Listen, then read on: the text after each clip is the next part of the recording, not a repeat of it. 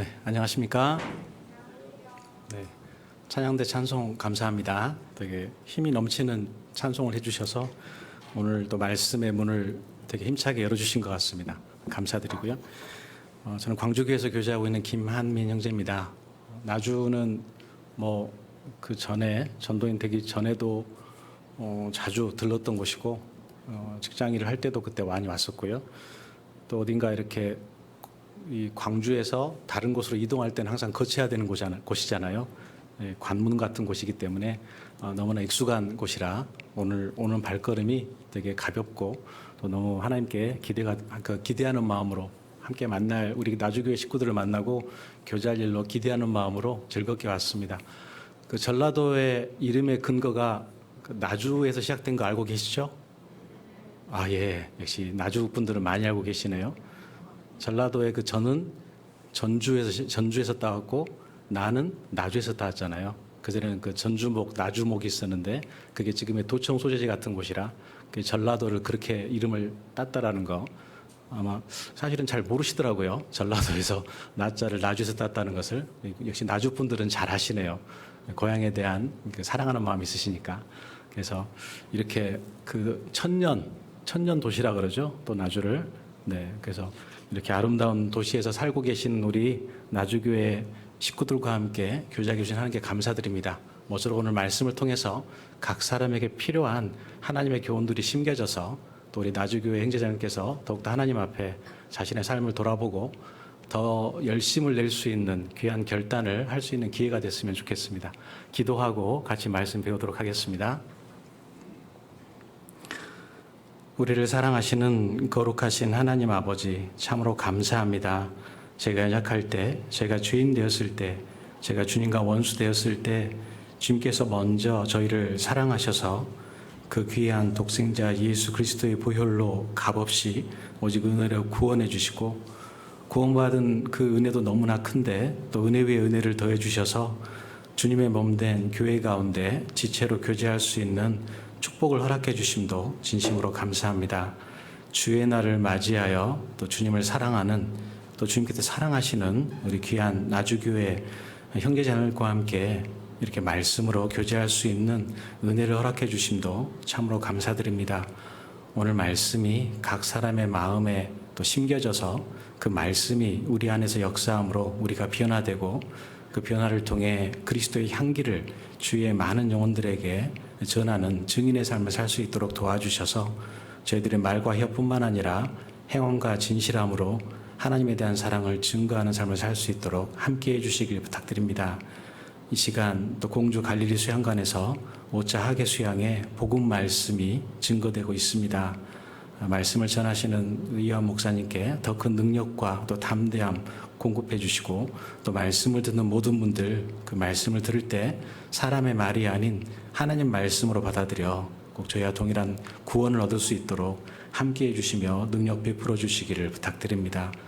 또 앞으로 남아있는 6차 중고등부 하계수양회와 7차 그리고 시각선교부 성경 강연회에도 주님께서 지금까지 저희를 지켜주시고 보호해 주신 것처럼 동일한 은혜와 사랑으로 함께해 주셔서 순적하게 아무 탈 없이 또 많은 영혼들이 구원받는 가운데 하나님께 영광이 되는 하계수양회로 마무리될 수 있도록 끝까지 함께해 주시길 부탁드립니다. 오늘 말씀의 시종도 온전히 주님의 자비하신 손길에 의지합니다. 우리를 사랑하시는 예수님 이름으로 감사하며 기도드립니다. 아멘. 함께 사도행전 1장 6절로 8절 말씀을 보시겠습니다.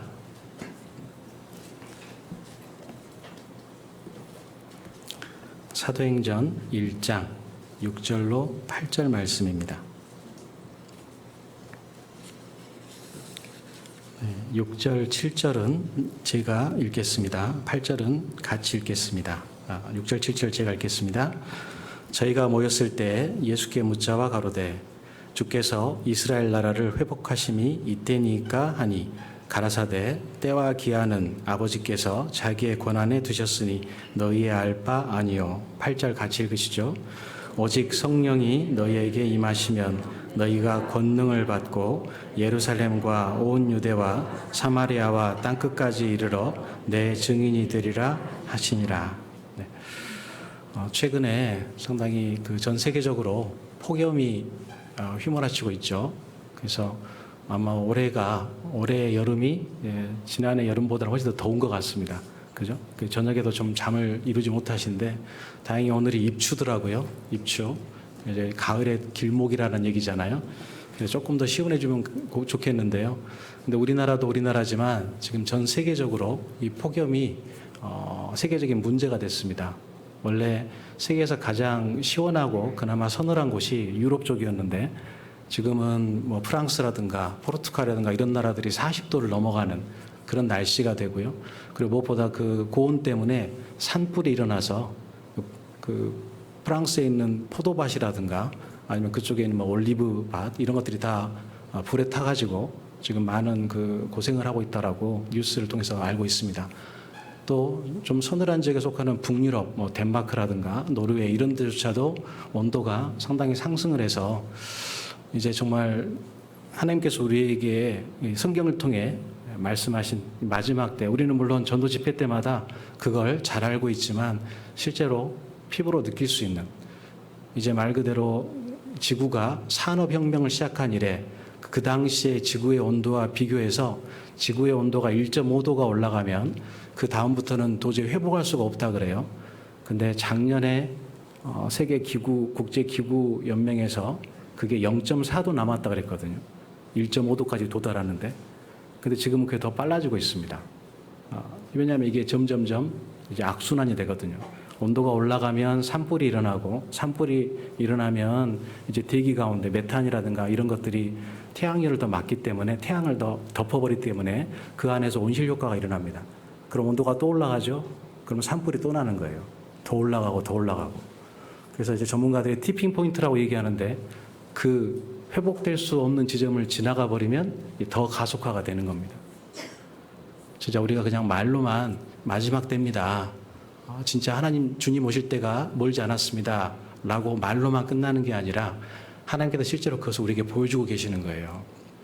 근데 이런 우리가 눈앞에 볼 수 있는 마지막 때의 징조를 솔직히 누구에게 보여주실까요? 믿지 않는 사람에게 보여주실까요? 믿는 사람에게 보여주실까요? 사실은 믿지 않는 사람들은 잘 모릅니다. 그죠? 믿는 우리에게 보여주시는 거예요. 그 마지막 때의 징조를 기록하고 있는 마태복음 24장, 마가복음 13장, 누가복음 21장에서 공히 그 말씀, 그 장의 마지막에는요, 그러므로 깨어있어 근신하라, 깨어있어 기도하라, 우리의 각성을 촉구하고 있습니다. 그런 현상들을 볼 때 그냥 이러다가 말겠지가 아니라 이제 정말 주님 오실 날이 너무나 가까웠으니까 이제는 신앙의 잠을 자지 말고 일어나서 주님 만날 준비를 하라라는 거예요. 그렇지 않으면 술 취함과 방탕함과 생활의 염려로 마음이 둔하여지고 그날이 덫과 같이 너에게 임할 거라고 그렇게 우리에게 경고하고 있지 않습니까? 이게 사실 우리에게 주시는 경고입니다. 이럴 때일수록 우리 구원받은 사람이 더욱더 정신을 차리고 근신해서 자신의 삶을 돌아보고 혹시라도 내 삶 속에 아직 하나님 앞에 온전치 못하고 합당치 못한 것이 있다면 그것을 깨끗하게 정리하고 우리를 붙잡는 그 무거운 것, 얽매기 쉬운 죄를 벗어버리고 우리에게 당한 경주를 경주하는 귀한 삶을 결단했으면 좋겠습니다. 그때가 너무나 단촉돼 있거든요. 너무나 가깝습니다. 그래서 이런 말씀을 들을 때 사실은 우리가 하나님의 말씀을 다시 한번 마음판에 새기죠. 근데 그 말씀을 그냥 귀로만 듣고 잊어버리면 아무 의미가 없다라는 것이죠. 후반부에 말씀드리겠지만 말씀을 소홀히 하면 우리는 절대 온전한 그리스도인다운 삶을 살 수가 없습니다. 모든 것이 시작이 말씀이고 그리고 모든 것의 어떤 근원이 말씀이라는 것이죠. 그래서 우리가 지금 주일날 이 더운 날씨에 아침에 일찍 일어나셔서 교회당에 오셔서 말씀을 들으시는 거잖아요. 그죠? 그래서 말씀을 들을 때 사람의 말이 아닌 어떤 그 전도인이 하는 개인적인 이야기가 아닌 하나님께서 저 전도인의 입술을 통해서 내게 주시는 말씀이다. 이건 나들으라고 하신 말씀이다. 이렇게 듣는 게 사실은 맞다라는 것이죠. 가끔 이제 구역 모임이라든가 조모임에 가서 이제 설교를 하면은요, 어떤 분은 말씀 끝나면 그렇게 얘기합니다. 목사님, 오늘 저 들으라고 한 소리죠? 그러시더라고요. 그런 저는 당당하게 말씀드립니다. 네, 맞습니다. 우리 자매님들하고 한 소리입니다. 그래요. 사실은 그 자매님들하고 한 소리는 아니었거든요. 근데 그렇게 들으셨다면 그분에게 저를 통해서 하나님께서 주시는 말씀이잖아요. 본인이 찔리니까 그 얘기를 하시는 거거든요. 그런 말씀을 주시면 우리에게 다시 한번 회복할 수 있는 기회를 주시는 거거든요. 그 말씀을 들을 때 찔리면 사실은 그게 은혜입니다. 하나님은 회개하는 사람, 그리고 자신의 어떤 잘못을 돌이키고 하나님 앞에 온전한 마음을 잡는 사람, 그 사람을 사랑하시거든요. 여러분, 그리스도인의 삶이란 것은 완벽하고 완전하게 죄를 안 짓고 정말 무결점적인 삶을 사는 게, 그렇게 살면 좋겠지만 그렇게 사는 게 그리스도인의 삶이라고 완벽하게 정의할 수는 없습니다. 왜냐하면 우리에게는 죄성이 있거든요. 그죠? 물론 그 죄성 자체도 우리가 절제하고 그리고 다스릴 수 있습니다. 우리에게 주신 성령을 충만하게 살면. 하지만 결국 우리에게는 죄성이 있기 때문에 부지불식간에 짓는 죄가 있고 또 오래된 습관 때문에 그 습관으로 돌아가려는 그런 성향들이 있어서 가끔 이렇게 넘어질 때가 있잖아요. 근데 진짜 그리스도인은 누구냐면요, 넘어지지 않는 그리스도인이 아니라 7번 넘어질지라도 다시 일어나는 사람이에요. 내가 비록 오늘도 실패하고 오늘도 하나님 앞에서 정말 부끄러운 모습을 가지고 있지만 그 하나님께서 주시는 말씀을 통해서 자신의 신앙을 돌아보고 하나님이 합당치 못하다라고 말씀하신다면 그 말씀을 마음의 색에서 회개하고 돌이키는 거예요. 다시 한번 매일매일 삶 속에서 항상 오늘입니다. 오늘. 그래서 히브리서에서 피차 오늘이라 일컫는 동안에 그 죄악의 강팍함으로부터 면함을 받으라고 말씀하시지 않습니까? 그래서 우리에게 매일매일의 삶을 허락해 주시는 거예요. 우리는 완벽하진 않습니다. 하지만 주님께서 주시는 완벽하게 살 수 있는 기회를 매일매일 주십니다. 그래서 그 삶의 태도가 하나님 앞에 정말 회개하고 온전한 믿음을 가지려는 매일매일의 삶을 보낼 때 그분이 진정한 그리스도인다운 삶을 살 수가 있는 것이죠. 그리고 그렇게 평가를 받는 겁니다. 그래서 오늘 말씀을 통해서도 우리가 하나님께서 우리에게 주신 귀한 그 정체성이 무엇인지, 내가 무엇 때문에 구원을 받았는지 다시 한번 확인하면서 혹시라도 내 삶 속에 그런 하나님께서 주신 귀한 말씀이 역사하지 않는다면 다시 한번 그 원인을 살펴보고 그것을 회복하는 귀한 은혜를 받으셨으면 좋겠습니다. 방금 읽었던 요한복 사도행전 1장 6절로 8절 말씀 가운데 오늘 핵심이 되는 말씀은 8절 말씀입니다. 제가 다시 읽겠습니다. 오직 성령이 너희에게 임하시면 너희가 권능을 받고 예루살렘과 온 유대와 사마리아와 땅끝까지 이르러 내 증인이 되리라 하시니라. 마지막에 증인이라는 단어를 사용하셨는데요. 이건 예수님께서 부활하신 이후에 40일 동안 제자들과 함께 지내셨습니다. 그러면서 하나님의 나라의 일을 전파하셨죠. 그리고 이제 그대로 승천하셨잖아요. 감람산에서. 그 뒤에 10일 이후에 오순절에 성령이 강림하심으로써 예루살렘 교회가 형성이 됐습니다. 최초의 교회가 이루어진 것이죠. 근데 그때 승천하시기 전에 예수님께서 제자들에게 성령이 임할 때 너희가 이 온 땅 끝까지 나의 증인으로의 삶을 살 것이다 라고 말씀하시는 거예요. 여기서 말씀하신 이 증인은요, 국어학적인 사전적인 의미를 보면 자기가 목격한 일, 즉 보고 들은 일에 대한 사실을 증명하는 사람, 이렇게 되어 있습니다. 내가 보고 들은 것을 다른 사람에게 확실한 사실로 알려주는 사람이 증인이라는 것이죠. 그게 우리에게 주신 새로운 정체성이라는 거예요. 구원받은 그리스도인의 여러 가지 삶의 모습들이 있지만 그중에서 가장 중요한 삶의 모습 중에 하나가 예수 그리스도의 증인이라는 것이죠. 실제로 이 세상에는요, 창조주 하나님을 증거하는 것으로 가득 차 있습니다. 그죠? 그래서 로마서 1장 20절에 창세로부터 그의 보이지 아니하는 것들, 그 영원하신 능력과 신성이 그 만드신 만물에 분명히 보여 알게 된다라고 말씀하시지 않습니까? 세상 만물을 잘 살펴보면 하나님이 계시다는 것을 알 수밖에 없는 거예요. 이 모든 것의 질서와 법칙을 봤을 때 이게 저절로 우연히 진화를 통해서는 이루어질 수 없는 거거든요. 하나님 것은 그것을 신학용어로는 일반 계시라 그러는데요. 모든 것을 통해서 이 세상에 존재하는 모든 자연 만물을 통해서 하나님의 존재를 우리에게 알려주십니다. 특별히 우리에게는 이 특별 계시인 성경을 주셨죠. 성경을 배울 때 온전한 하나님이 어떤 분인지, 또 하나님이 나에게 원하시는 것이 무엇인지, 어떻게 하면 하나님과 같이 천국에서 영원토록 살 수 있는지, 거기에 대한 모든 말씀을 이 성경에 기록해 두셨잖아요. 그리고 하나님께서 그 증거와 함께 증인을 선택하셨죠. 전도 집회를 하는 것 같네요. 네. 하나님의 증인, 여호와의 증인이 누굽니까? 네, 이스라엘이잖아요. 그래서 이사야 44장 10절 말씀에 너희는 나의 증인, 나의 종으로 택함을 입었나니 이는 너희로 나를 알고 믿으며 내가 그인 줄 깨닫게 하려 함이니라. 나의 전에 지음을 받은 신이 없었느니라. 나의 후에도 없느니라. 이스라엘이 가장 확실한 하나님의 증인이잖아요. 그래서 저도 상담을 해보면 진화론에 물들어 있고 그리고 뭔가 자기가 많이 안다고 생각하는 분도 성경에 나와 있는 이스라엘에 대한 역사, 그들의 과거와 현재와 미래 예언의 성취를 말씀드리면은요, 성경을 부인할 수가 없다라고 스스로 인정합니다. 실제로 가장 확실한 증인이 이스라엘이거든요. 그런데 하나님이 보내주신 가장 또 다른 확실한 증인이 계시죠. 그분이 누구십니까? 예수님이시죠. 네. 그래서 요한계시록 1장 5절에 예수님을 충성된 증인이라고 말씀하고 계시고 3장에서도 충성되고 참된 증인이라고 말씀하십니다. 예수님은 본인도 제2위의 삼위일체의 하나님이신데 그 모든 권능과 권위를 내려놓고 이 땅에 아버지 하나님의 명령에 순종해서 이 땅에 오셨잖아요. 그리고 삶 자체가 하나님을 증거하는 것이었습니다. 그리고 그분을 통해서 어떻게 하면 구원을 얻는지 영생은 곧 유일하신 참 하나님과 그의 보내신 자 예수 그리스도를 아는 것이니이다. 그래서 나를 통해서만 구원을 받을 수 있다. 내가 곧 길이요 진리요 생명이니 나로 말미암지 않고는 아버지께로 갈 자가 없느니라.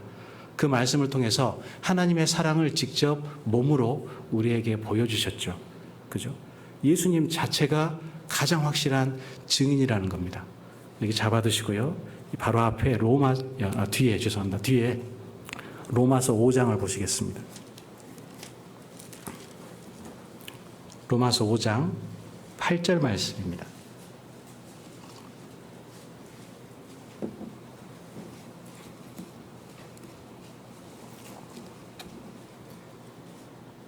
로마서 5장 8절 말씀 같이 읽으시죠. 우리가 아직 죄인 되었을 때 그리스도께서 우리를 위하여 죽으심으로 하나님께서 우리에게 대한 자기의 사랑을 확증하셨느니라. 확실히 증거했다 그 말이잖아요. 확증이란 말이. 하나님의 사랑을 가장 확실하게 증거한 증인이 누구시냐면 예수님이시라는 거예요. 무엇으로요? 우리를 위하여 죽으심으로. 그 십자가가 바로 하나님의 사랑, 하나님의 존재와 하나님의 정말 공의와 사랑을 확실하게 증거한, 가장 확실하게 증거한 증거이자 예수 그리스도가 그것을 우리에게 보여주신 가장 확실한 증인이라는 말씀이죠. 그래서 그 예수님께서 하나님의 사랑을 확증하는 일을 마치시고 우리에게, 이제 구원받은 우리에게 새로운 임무를 주셨습니다. 그게 뭡니까?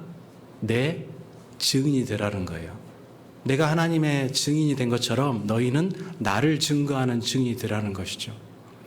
실제로 성경에 있는 모든 믿음의 위인들은, 믿음의 선진들은 증인의 삶을 온전하게 살다가 하나님 앞에 올라갔죠. 그죠? 베드로전서 5장에 보면 베드로 자신도 장로된 자이며 예수 그리스도의 고난의 증인이라고 말씀하셨거든요. 자신의 정체성, 자신이 세상을 살고 있는 어떤 하나의 이유 자체가, 가장 큰 목적 자체가 예수 그리스도를 증거하는 것이라는 겁니다. 사도 바울도 마찬가지입니다. 우리도 마찬가지죠. 이제 구원받은 우리에게 예수 그리스도의 증인의 삶을 살라라고 말씀하고 계십니다. 이게 가장 우리의 중요한 삶의 목적이라는 거예요. 그래서 오늘 말씀을 통해서 내가 예수 그리스도를 증거하는 증인으로서 정말 확실히 무엇을 증거해야 되는가, 첫 번째로 거기에 대한 것들을 살펴보고요. 두 번째로는 그렇다면 확실한 증인, 예수 그리스도의 증인의 삶을 살기 위해서 내가 필요한 것이 무엇인지, 갖춰야 될 태도가 무엇인지, 그 두 가지의 주제로 시간이 허락되는 대로 알아보도록 하겠습니다. 첫 번째, 예수 그리스도의 증인으로서 증거해야 될 것. 첫 번째는 뭐겠습니까? 당연히 예수 그리스도와 그의 십자가죠. 그죠? 지금 사도행전으로 돌아가 보겠습니다. 사도행전 2장입니다. 사도행전 2장 36절 말씀입니다. 사도행전 2장 36절 말씀. 네, 제가 읽겠습니다. 그런즉 이스라엘 온 집이 정령 알지니 너희가 십자가에 못 박은 이 예수를 하나님이 주와 그리스도가 되게 하셨느니라 하니라. 그 뒤에 38절도 보시겠습니다. 38절은 같이 읽으시죠. 베드로가 가로되 너희가 회개하여 각각 예수 그리스도의 이름으로 세례를 받고 죄사함을 얻으라. 그리하면 성령을 선물로 받으리니. 네. 2장 사도행전 2장의 내용은 이제 오순절 성령 강림에 관한 그런 말씀이 기록되어 있습니다. 제자들이 성령 강림을 성령의 그 내주를 받고 성령의 세례를 받고 이제 담대하게 유대인들에게 하나님의 은혜의 복음을 증거하는 거예요. 그때 각 처에서 온 유대인들이 있으니까 처음에는 방언으로 그들에게 하나님의 사랑을 전했습니다. 하나님의 복음을 전했죠. 그런데 그 복음의 핵심은 뭐냐? 방금 우리가 읽었던 베드로 사도가 했던 설교의 내용 중에 하나에 들어있죠. 여기 앞에 읽었던 36절에는 예수님이 주와 그리스도가 됐다라는 거예요. 주와 그리스도, 즉 우리의 모든 죄를 사할 구세주이자 이제 그분 자체가 하나님이라는 것이죠. 삶의 주인으로서 하나님께서 예수님을 주셨다라는 겁니다. 즉 예수님을 통해서만 구원을 받을 수가 있다라는 거예요. 그래서 베드로가 38절 말씀에서 회개하고 예수 그리스도의 이름으로 이제 죄사함을 얻으라는 것이죠.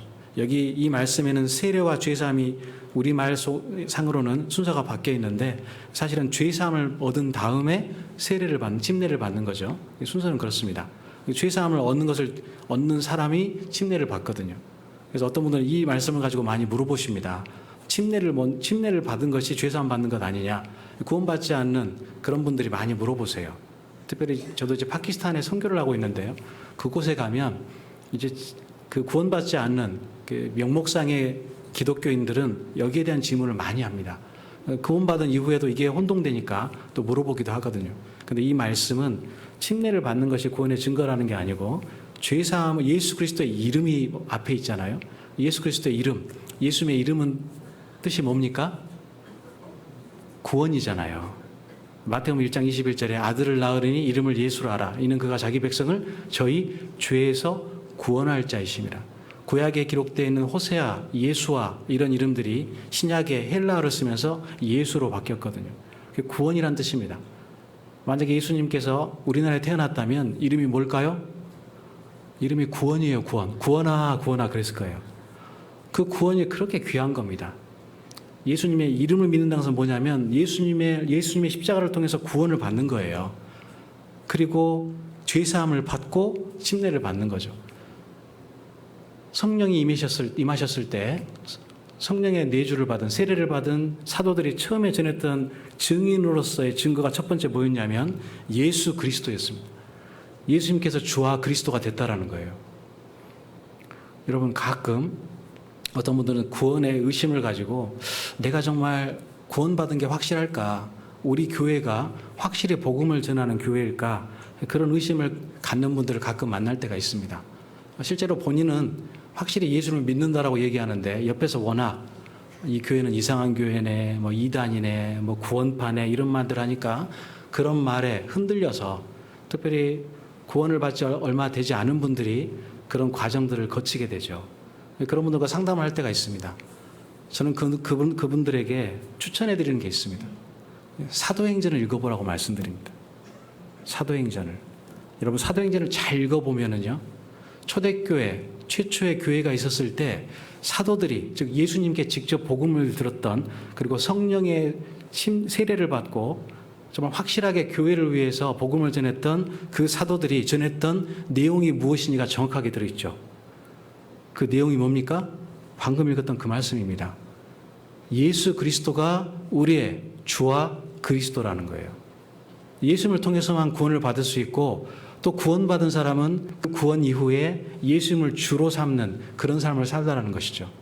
여기 사도행전 피셨으니까 뒤에 4장 11절 12절 보시겠습니다. 사도행전 4장 11절 12절 말씀입니다. 네. 같이 읽으실까요? 이 예수는 너희 건축자들의 버린 돌로서 집 모퉁이의 머릿돌이 되었느니라. 다른 이로서는 구원을 얻을 수 없나니 천하 인간의 구원을 얻을 만한 다른 이름을 우리에게 주신 일이 없음이니라 하였더라. 이게 그들이 전했던 가장 핵심적인 메시지예요. 예수님 외에 다른 구원자가 없다라는 거예요. 예수 그리스도 믿는 거 말고 다른 구원의 방법이나 수단은 없다라는 것이죠. 그런데 오랫동안 다른 교회, 다른 어떤 교단에서 종교생활을 하셨던 분들은 이제 본인이 가지고 있던 종교적인 습관 때문에 어떻게 그것만 가지고 구원을 받냐, 예수 그리스도를 믿기만 하면 어떻게 구원을 받냐, 그래도 뭘 해야지, 이런 마음을 갖거든요. 그건 완전히 오해죠.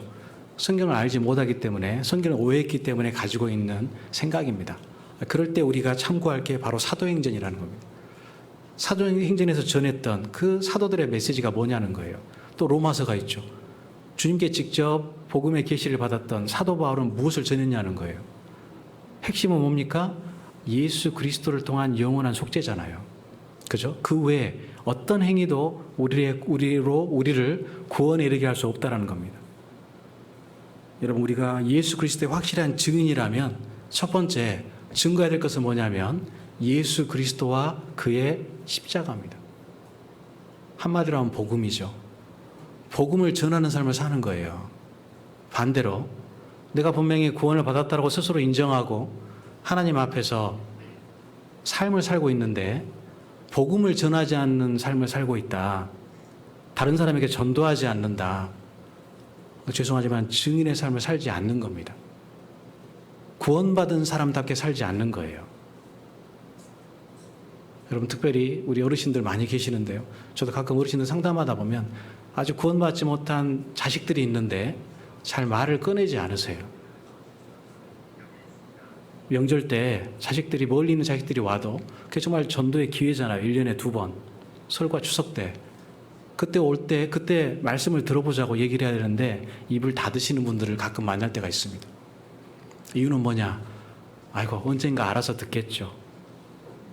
성가시게 할까봐, 모처럼 만났는데 괜히 기분 나빠할까봐 말씀을 못 전한다는 거예요. 제가 담당하고 있는 교구에도 그런 분들이 계십니다. 그분들께 말씀을 드립니다. 어머니, 그러면 명절에 구원받지 않은 자식이 왔는데 말씀 들어보자, 꼭 한번 이거 한번 알아보자, 그런 말 안 하고 자식을 보내면 어머니 어때요? 마음이 편하시든가요? 여쭤봅니다. 편하시든가요? 편해요, 안 편해요? 안 편하죠. 안 편합니다. 편하면 이상한 거예요. 편하면 정말 그 속에 구원이 있는지 살펴봐야 됩니다. 안 편해요. 말을 안 꺼내면 안 편합니다. 근데 만약에 말을 꺼냈다가 자식이 싫어하는 눈치를 보여가지고 서로 이렇게 감정이 별로 좋지 않아졌어요. 그리고 올라갔어요. 그래도 안 편하죠. 어차피 안 편해요. 그죠? 말을 안 꺼내도 안 편하고 말을 꺼내도 안 편합니다. 불편합니다. 그럼 뭐가 더 나아요? 말을 꺼내고 불편한 게 낫지 않습니까? 말을 안 꺼내고 불편하는 것보다. 그렇게 말씀드렸더니 이번에 올 때는 꼭 한번 내가 얘기해 보겠다고 그렇게 말씀하시더라고요. 여러분, 우리는 이 복음 사명을 우리에게 새로 구원 받자마자 복음의 사명을 주신 거예요. 우리 너무나 잘 알지 않습니까? 근데 그것을 가끔 우리는 부끄러워할 때가 있습니다. 복음을 전하면 그 사람과의 사이가 틀어질까 봐, 또는 다른 사람들이 우리 교회를 이상한 교회라고 생각하고 있는데 그 사람에게 내가 이 교회를 다니고 있고 복음을 전하면 나를 더 이상한 사람으로 볼까 봐 그런 마음 때문에 복음을 전하지 않을 때가 있죠.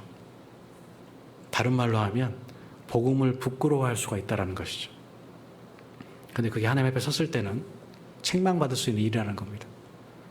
나중에 주님께서 내가 주님을 전하지 않고 복음을 부끄러워하는 삶을 살았다면 주님을 만났을 때 주님이 나를 부끄러워하실 수 있습니다.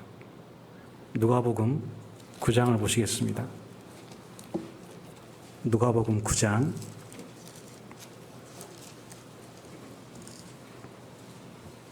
26절 말씀입니다.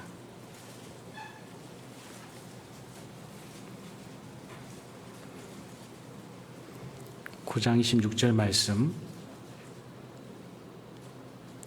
같이 읽으실까요? 누구든지 나와 내 말을 부끄러워하면 인자도 자기와 아버지와 거룩한 천사들의 영광으로 올 때에 그 사람을 부끄러워하리라. 이거 정말 우리가 심각하게 들어야 될 말입니다. 내가 이 세상 사는 동안에 예수 그리스도와 그의 복음, 그의 말을 부끄러워하면 주님께서 이 땅에 다시 오실 때, 재림하실 때 그 사람을 부끄러워하신대요. 여러분, 이건 진짜 우리가 심각하게 들어야 될 말씀 아니겠습니까? 그죠? 다른 사람이 나를 부끄러워하는 것은 그럴 수 있다라고 하지만 예수님이, 주님께서 나를 부끄러워하신다. 이거는 그냥 넘어갈 일이 아니잖아요. 우리는 절대 예수님과 그분의 말씀, 그 복음을 부끄러워하면 안 됩니다. 우리를 증인으로 삼아주셨어요. 우리에게 구원을 주시면서 영생을 선물해 주시면서 복음을 전하라라고 말씀해 주신 거예요. 땅끝까지 복음을 전하라라고 마태복음 28장에 말씀하셨잖아요. 그죠? 땅끝까지. 그게 내가 해야 될 일입니다. 예수 그리스도와 그의 복음을 증거하는 것. 사도 바울은 그래서 예수님과 그 십자가를 전하는 일에 자신의 모든 것을 걸었잖아요. 모든 것을 다 배설물로 여겼습니다. 오직 예수 그리스도와 그의 십자가만이 가장 중요한 삶의 의미라고 생각했다는 것이죠. 그게 그의 신앙이었습니다. 그래서 그는 끝까지 자기가 달려갈 길을 마칠 수가 있었다는 겁니다. 여러분, 예수님과 십자가를 전하는 일은요, 그냥 우리가 생각날 때 하는 일이 아니라 반드시 때를 얻든지 못 얻든지 해야 될 일입니다. 왜냐하면 나는 증인이기 때문입니다. 그리고 그걸 나 혼자 하는 게 아니죠. 세상 끝날까지 주님께서 항상 함께 해주시겠다고 약속하셨어요. 그래서 그 일은 즐거움과 능력이 되는 겁니다. 전도도 평소에 잘하시는 분들이 전도를 잘하시죠. 그죠? 네, 왜냐하면 주님께서 그분과 함께 하시거든요. 담대함을 주십니다. 그래서 뭐 부끄러움 같은 거 이제 없이 하나님의 복음을 전합니다. 남들이 날 어떻게 생각하든 그 영혼을 바라보고 예수 그리스도를 전하는 거예요. 그게 내가 해야 될 사명이자 나의 정체성이거든요. 내가 세상에 사는 이유거든요. 여러분, 우리는 모두가 다 증인입니다. 누구를 막론하고 반드시 예수 그리스도와 그의 십자가를 전하는 증인의 삶을 살아야 되는 거예요. 그게 첫 번째 우리가 전해야 될 가장 중요한 것이거든요.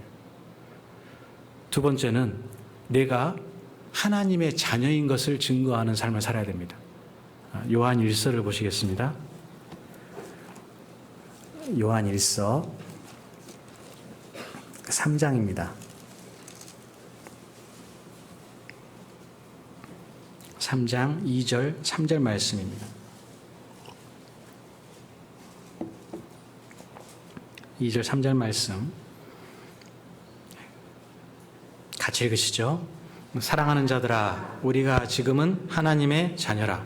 장래에 어떻게 될 것은 아직 나타나지 아니하였으나 그가 나타내심이 되면 우리가 그와 같을 줄을 아는 것은 그에 계신 그대로 볼 것을 인함이니 주를 향하여 이 소망을 가진 자마다 그의 깨끗하심과 같이 자기를 깨끗하게 하느니라. 네, 구원받은 사람은 이제 하나님의 자녀가 됐죠. 그죠?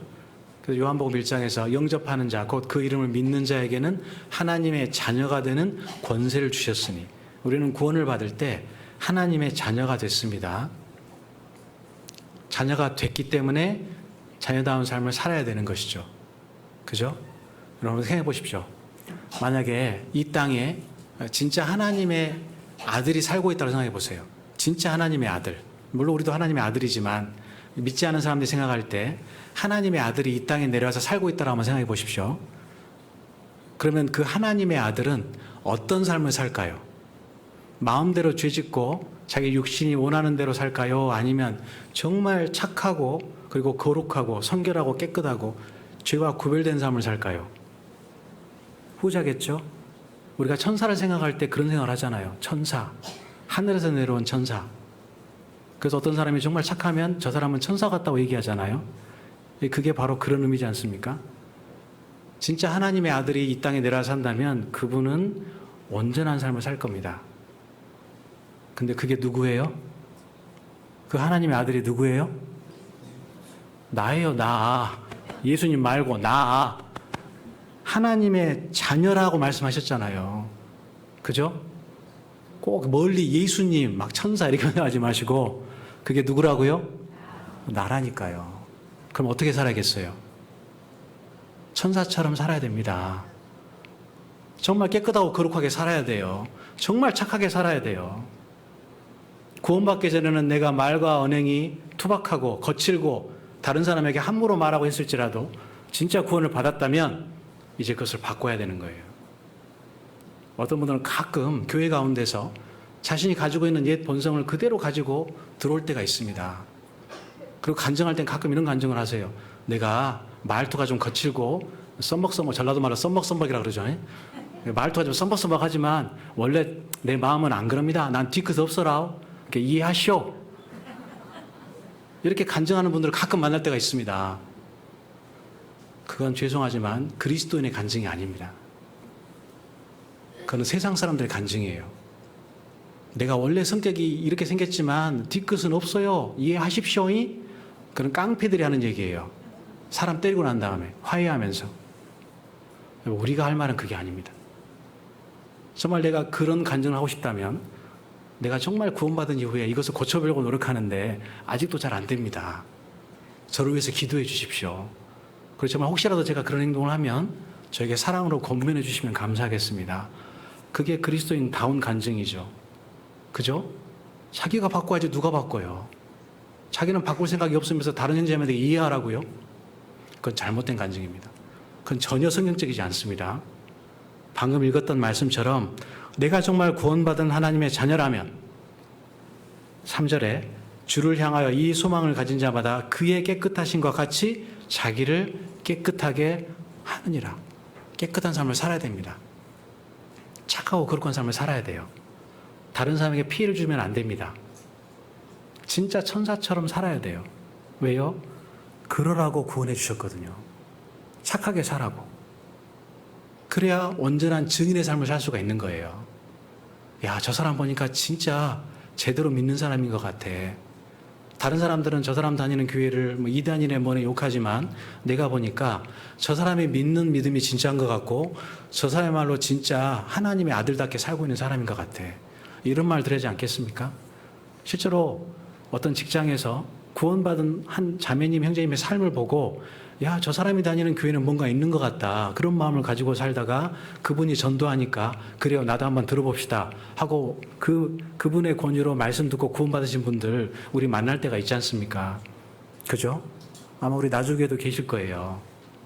그게 하나님의 아들다운 삶을 사는 겁니다. 그게 증인의 삶을 사는 거예요. 내 안에 있는 그 옛 본성들, 세상에서 들어오는 죄와 허물들을 쳐서 복종시키는 삶을 살아야 되는 거예요. 원래 나는 그런 사람이니까 그걸 그대로 가는 게 아니라 매일매일 삶 속에서 그것을 십자가에 못 박는 삶을 살아야 되는 것이죠. 하나님의 아들답게 살아야 됩니다. 그걸 증거하라고 우리에게 하나님의 아들을 삼아 주셨거든요. 하나님의 아들다운 삶을 살라고 우리를 구원해 주셨거든요. 우리 진짜 착해야 됩니다. 여기 나주교회에 계신 우리 형제자매님들이 나주에서 제일 착한 분들만 모아놔야 돼요. 그러죠? 맞죠? 예. 그게 증인의 온전한 삶입니다. 그러라고 우리를 구원해 주셨거든요. 착한 일 하라고. 여기 앞에 디도서를 보시겠습니다. 디도서 2장 신약성경 348페이지 근처에 있습니다.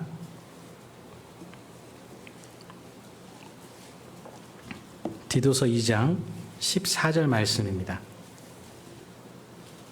14절 말씀 제가 읽겠습니다. 그가 우리를 대신하여 자신을 주심은 모든 불법에서 우리를 구속하시고 우리를 깨끗하게 하사 선한 일에 열심하는 친백성이 되게 하려 하심이니라. 이게 우리를 구원해 주신 목적이에요. 구원받은 이후에는 어떻게 살아야 되느냐? 선한 일에 열심하는 친백성다운 삶을 살아야 된다는 거예요. 특별히 우리는 하나님의 자녀죠. 정말 선한 일에 열심해야 됩니다.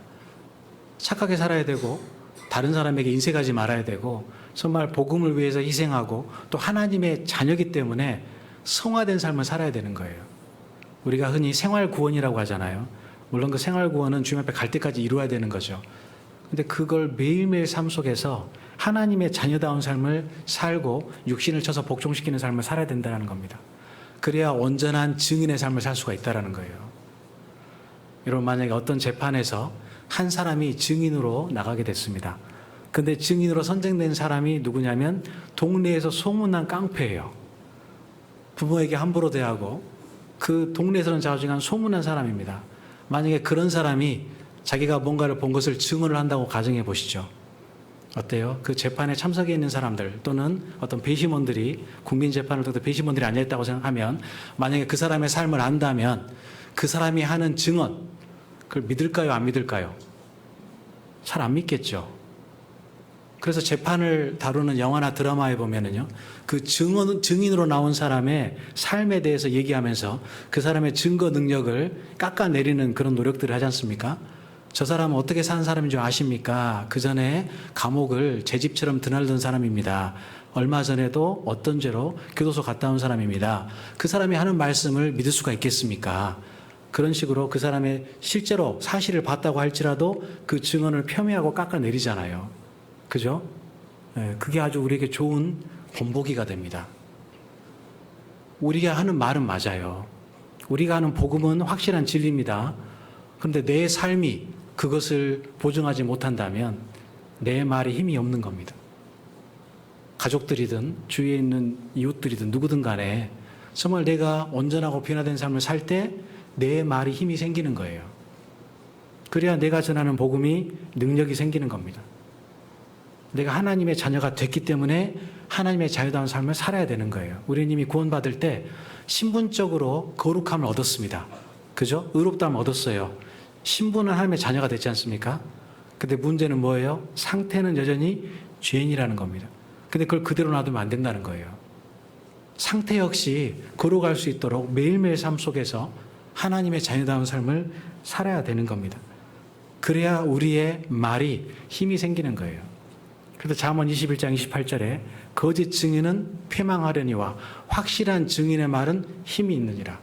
확실한 증인의 삶을 살아야 우리의 말에 힘이 생기는 거예요. 그래야 예수 그리스도가 영광스러워지고 우리가 하나님의 자녀다운 삶을 살 때 우리의 복음이 힘이 생기는 겁니다.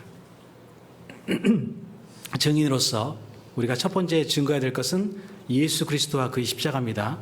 두 번째로 증거해야 될 것은 내가 하나님의 자녀임을 증거해야 돼요.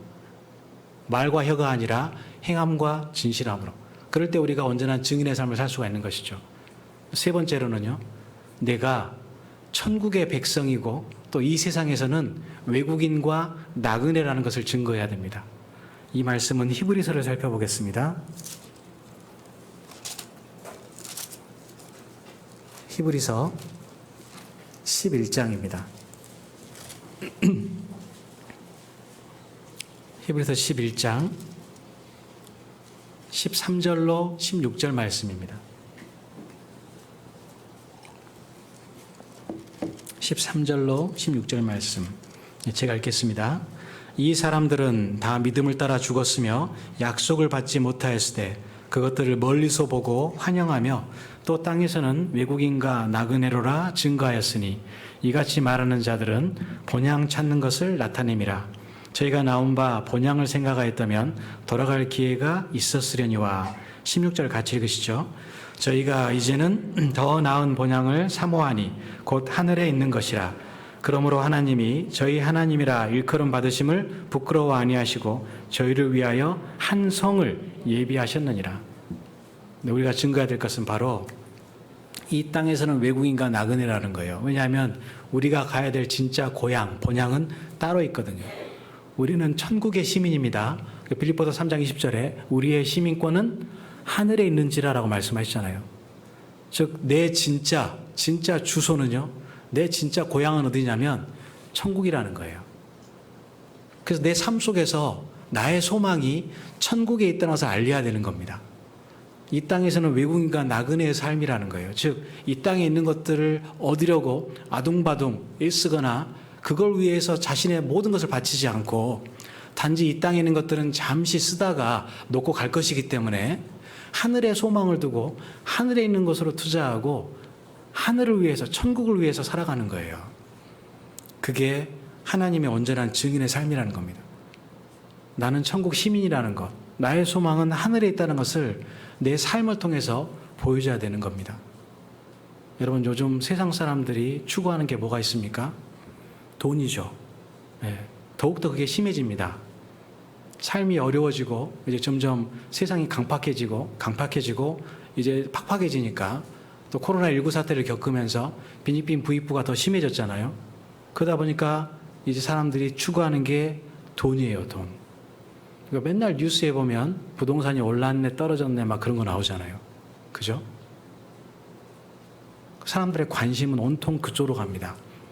근데 그게 당연한 거예요. 왜냐하면 디모데후서 3장에서 말세, 고통하는 때에 대해서 말씀하시면서 사람들이 자기를 사랑하고 돈을 사랑하고 쾌락을 하나님보다 더 사랑한다라고 그 세 가지 사랑하는 것을 말씀하셨거든요. 여러분, 그게 당연한 겁니다. 마지막 시대로 가고 있기 때문에 사람들의 관심은 온통 돈에 가 있는 거예요. 마치 이사야서 5장에 있는 것처럼 가옥에 가옥을 연하고 전토에 전토를 연하면서 정말 그들의 잔치에는 비파와 소고와 절을 갖추었어도 또 포도주를 갖추었어도 하나님의 행하심은 관심치 않는 시대가 바로 우리 시대라는 거죠. 온통 부동산, 온통 암호화폐, 뭐 주식 이런 거 있잖아요. 어떻게 대박 얻을 수 있는 거. 문제는 그런 세상의 풍조가 이제 교회 안에도 들어오고 있다는 겁니다. 청년 중에도 주식에 투자하고 암호화폐에 투자하는 분들을 가끔 들을 때가 있어요. 또 공개적인 자리에서는 절대 얘기 안 하죠.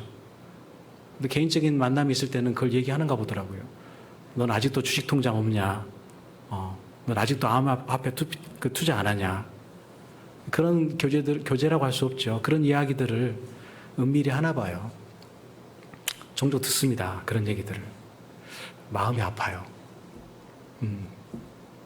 물론 자기가 정말 그 여유 있는 자금이 있어서 건전한 회사에 주식을 사서 장기적으로 투자해서 저축의 개념으로 그것을 이렇게 보관하고 계시다면 뭐 그것까지도 나쁘다라고 할 수는 없는 겁니다.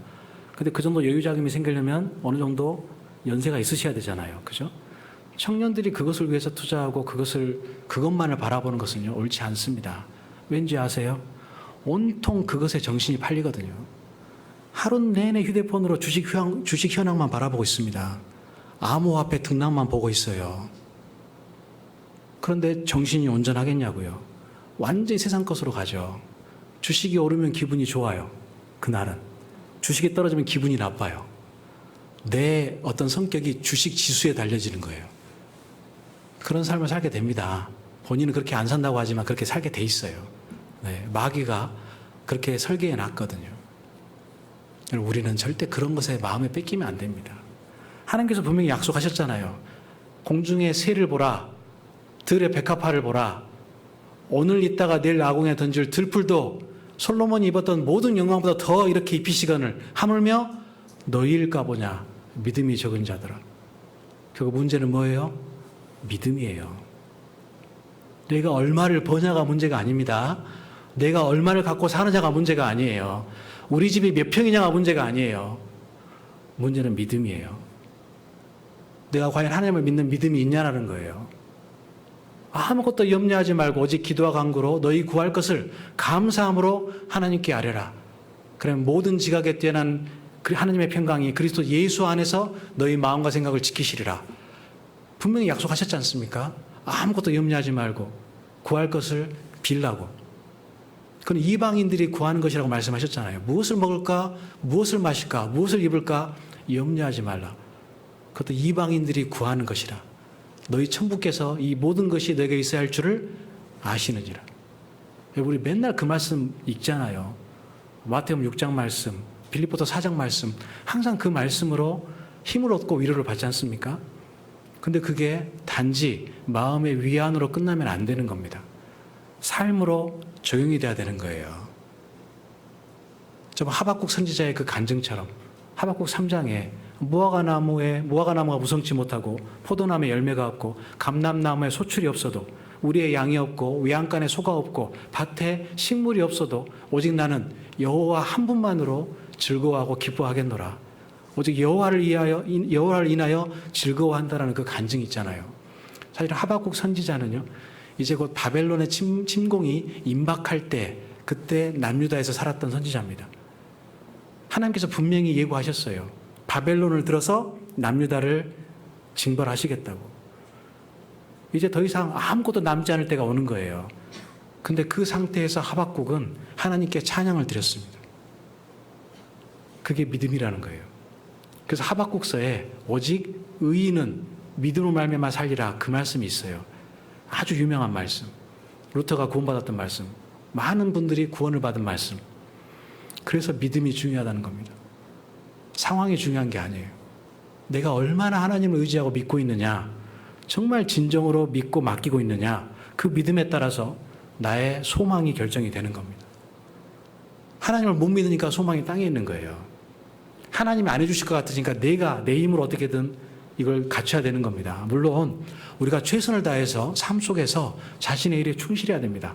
직장에서든 아니면 농사일을 하신다면 그 농사일에도 최선을 다해서 하셔야 됩니다. 그걸 설렁설렁 하시면 안 돼요. 게으름 피우면 안 됩니다. 무슨 일이라도 죽게 하듯하라고 말씀하셨잖아요. 근데 문제는 그게 우선순위에 있으면 안 되는 거예요.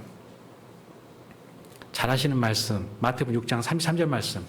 너희는 먼저 그의 나라와 그의 의를 구하라. 그러면 모든 것을 너희에게 더하시리라. 우선순위가 어디에 있냐라는 거예요. 아마 여기 계신 우리 나주교회 성도님들, 오늘 아침에 말씀을 들으러 오지 못할 분도 계셨을 거예요. 그죠? 고추밭에 물 준다든가, 아니면 저는 잘 농사를 안 지어서 모르겠지만 가끔 그런 이유를 대시는 분들을 만날 때가 있거든요.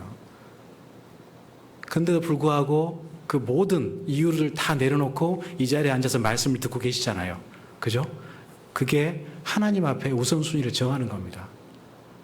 그럼 그분에게 하나님께서 은혜를 주시는 거예요. 그 은혜의 자리에 앉아있는 분에게.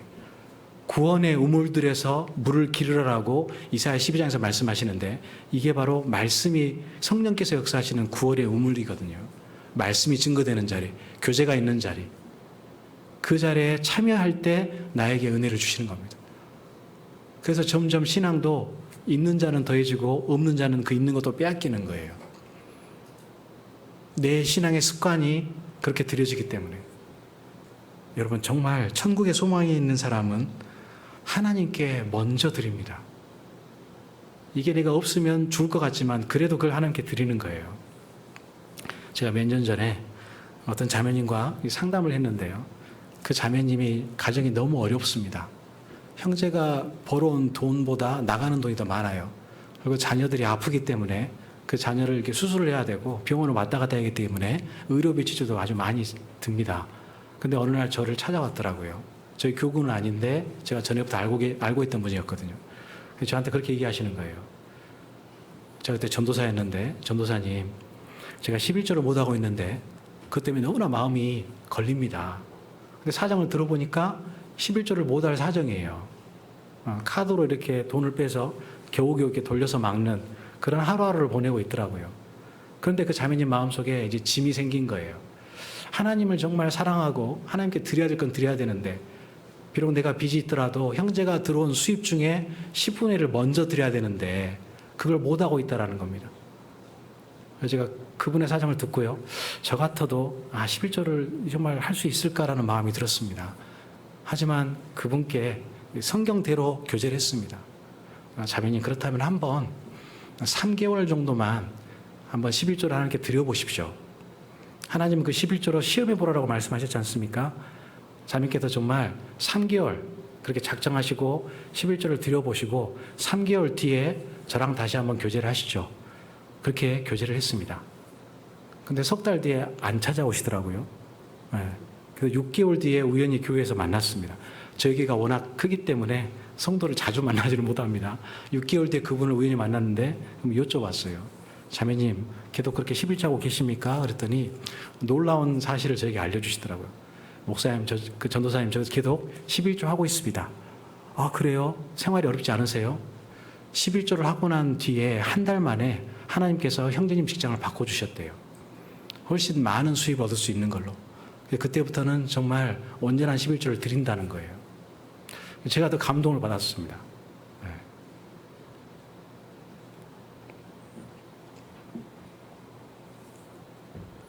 여러분, 믿음은요, 그게 믿음이에요. 여기 히브리서를 펴셨으니까 1절을 보시겠습니다. 히브리서 11장 1절.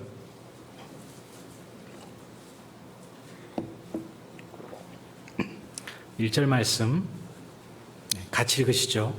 믿음은 바라는 것들의 실상이요 보지 못하는 것들의 증거니. 좀 어려운 말씀 같죠. 근데 믿음이란 것은 뭐냐?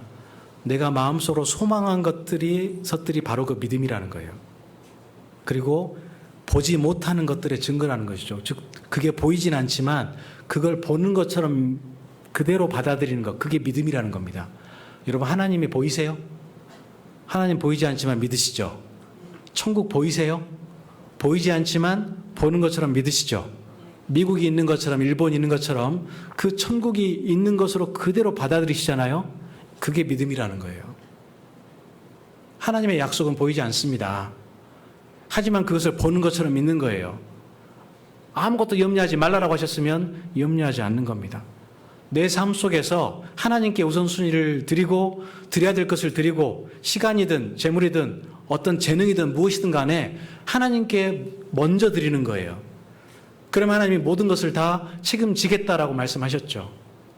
근데 우리는 그걸 믿지 못할 때가 있다는 겁니다. 하나님을 제한하는 거예요, 그게. 거룩하신 하나님을, 세상을 만드신 하나님을, 지금도 모든 생명을 주관하시고 모든 만물을 다스리시는 하나님을 제한하는 겁니다. 그러니까 소망을 땅에 두는 거예요.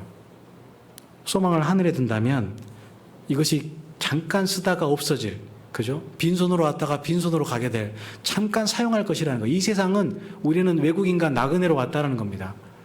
여러분, 실제로 우리나라에도요, 외국인 노동자들이 많이 계시죠. 근데 그분들은 가끔 뉴스에 심심찮게 이렇게 뉴스에 떠오르는데, 기사로 나오는데, 그게 뭐냐면 어떤 차별을 받는 거잖아요. 불이익을 받는 것이 가끔 나옵니다. 맞죠? 근데 그게 우리라는 거예요. 이 땅에서.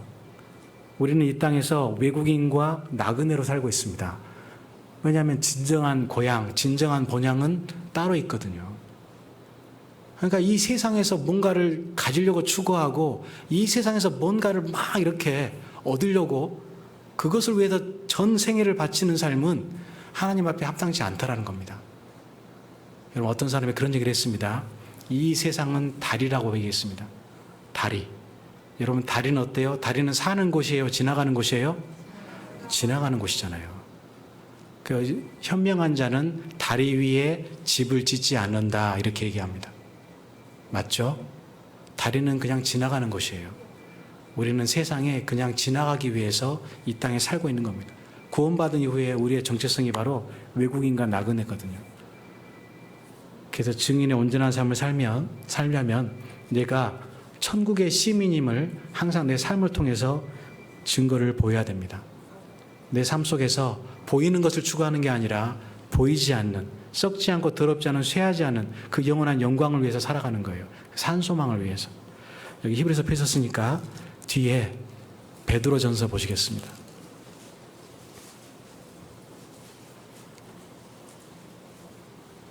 베드로전서 1장입니다.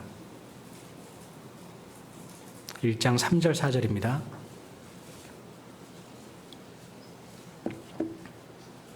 3절 4절 말씀 조금 길지만 같이 읽으시겠습니다.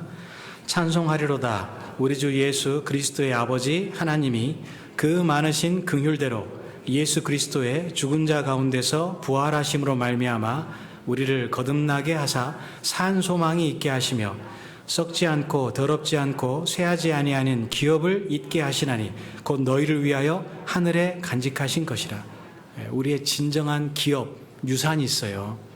이 기업이란 말이 어떤 그 회사가 아니라 유산을 이야기합니다. 그 유산은 어디에 있냐? 하늘에 있다라는 거예요. 그 하늘에 있는 하나님께서 우리에게 주실 그 기업, 영광과 상급을 위해서 이 땅에서 썩을 것, 더러워질 것, 쇠해지는 것을, 그것을 위해서 살지 말아라는 거예요. 그건 죽은 소망이라는 겁니다. 살아있는 소망은 썩지 않고 더럽지 않고 쇠하지 아니하는 하나님께서 나를 위해 하늘에 예비해 두신 그 영광과 상급을 바라고 그것을 위해서 투자하는 거예요. 고린도전서 2장에 하나님께서 기록된 바, 하나님께서 자신을 사랑하는 자를 위하여 예비하신 모든 것은 사람의 귀로도 듣지 못하고 눈으로 보지 못하고 마음으로 생각지 못하였다는 것 같으니라. 그렇게 말씀하시잖아요. 우리를 위해서 예비해 두신 그 모든 것은요, 상상을 초월하는 겁니다. 그 엄청난 기업과 그 상급을 우리를 위해서 예비하고 계시는 거예요. 그걸 위해 투자하라는 겁니다. 썩어질 것을 위해서 투자하지 말고. 여러분, 만약에 어떤 분이 그렇게 얘기해요. 믿을 만한 분인데 오늘 10,000원을 투자하면 한 달 뒤에 100만 원을 주겠습니다. 이렇게 얘기한다고 한번 가정해 보시죠. 근데 그분이 진짜 믿을 만한 분이에요. 그럼 어때요? 그분에게 여러분 투자하시겠어요? 안 하시겠어요? 하시겠죠? 예. 100만 원 본다는데 10,000원 내서 투자할 겁니다. 근데 천국은요? 천국에서는 물 한 그릇도 상을 잃지 않는다고 말씀하셨거든요. 그죠? 물 한 그릇도 상을 잃지 않는다는 거예요. 오늘 이 물 떠주신 분 큰 상급 받으실 거예요. 천국 가셨을 때. 근데 하물며 내가 정말 주님을 위해서 이게 없으면 나도 불편하지만 하나님을 위하는 마음으로 드리는 헌금이라든가 시간이라든가 그 어떤 나의 재능이라든가 봉사를 위해서 땀을 흘리면서 하나님을 위해서 드리는 거, 그거 상을 잃겠습니까? 오늘도 교회당 들어오는데 아침부터 이 더운 날씨에도 땀을 뻘뻘 흘리시면서 주차 봉사하시는 분들 계시더라고요. 그 땀은 반드시 헛되지 않습니다. 큰 상급으로 바뀝니다. 어떤 분은 그래서 얘기합니다. 지옥에서 껄껄껄 한다 그러잖아요. 그때 말씀 들을 걸, 그때 구원 받을 걸. 근데 천국에서도 그럴 수 있다는 거예요. 내가 그때 조금 더 희생할 걸. 내가 그때 복음 전해서 그 사람 구원받게 할 걸. 왜냐하면 자기를 위해서 예비해 주신 그 상급을 봤을 때 내가 그것을 하지 못함으로 받지 못했던 것들이 너무나 많은 것을 알게 됐을 때 그때 껄껄껄 한다는 거예요.